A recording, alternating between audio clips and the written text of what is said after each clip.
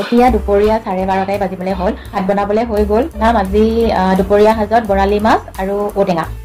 এতিয়া যেহেতু ঔটেঙাবিলাক পকিছে বহুত ধুনীয়া হৈছে খাবলৈ মানে কিছুমানে বাৰু পকা ঔটেঙা খাই ভাল নাপায় ইমান মানে পকা ঔটেঙাটো ইমান টেঙাটো নাথাকে কিন্তু মই আকৌ পকা ঔটেঙাটো খাই বেছি ভাল পাওঁ কেলে জানেনে মানে পকা ঔটেঙাটো যে বহুত ধুনীয়া এটা গোন্ধ ওলায় সেই গোন্ধটোৰ কাৰণে মই বহুত বেছি ভাল পাওঁ আৰু বলক তেতিয়াহ'লে পকা ঔটেঙা আৰু বৰালি মাছ ৰান্ধো আৰু মইনো কেনেকৈ ৰান্ধো আপোনালোকক দেখাম একদম চিম্পুলকৈ ৰান্ধিম যিহেতু টেঙা জোলখন চিম্পুল হ'লে ভাল লাগে